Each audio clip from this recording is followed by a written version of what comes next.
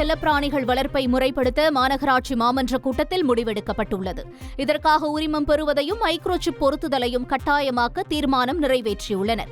சிகிச்சைக்காக கொண்டுவரப்படும் செல்லப்பிராணிகளுக்கு மைக்ரோசிப்பிங் பொருத்த கால்நடை மருத்துவமனைகளில் வசதிகளை ஏற்படுத்த அறிவுறுத்தப்பட்டுள்ளதுடன் இதற்கென பிரத்யேக செயலியை உருவாக்க முடிவு செய்யப்பட்டுள்ளது.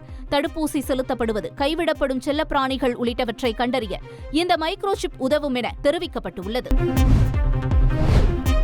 சென்னையில் விரைவில் திறக்கப்பட உள்ள மாநகராட்சி மாட்டு கொட்டகைகளில் ஒரு மாட்டிற்கு நாள் ஒன்றுக்கு 10 ரூபாய் வீதம் வாடகை வசூலித்து பராமரிக்க மாநகராட்சி திட்டமிட்டுள்ளது. மாட்டின் உரிமையாளர்கள் மற்றும் மாடு வளர்ப்பு சங்கங்களின் நிர்வாகிகள் விடுத்த கோரிக்கைகளின் அடிப்படையில் சென்னை மாநகராட்சி திட்டமிட்டுள்ளது. அதற்கு முதற்கட்டமாக பேஷன் பாலம் சாலையில் 100 மாடுகளை தங்க வைக்கும் அளவுக்கு 7700 சதுர அடி பரப்பளவில் நவீன மாட்டுக் கொட்டகை அமைக்க திட்டமிடப்பட்டு தீர்மானம் நிறைவேற்றப்பட்டது.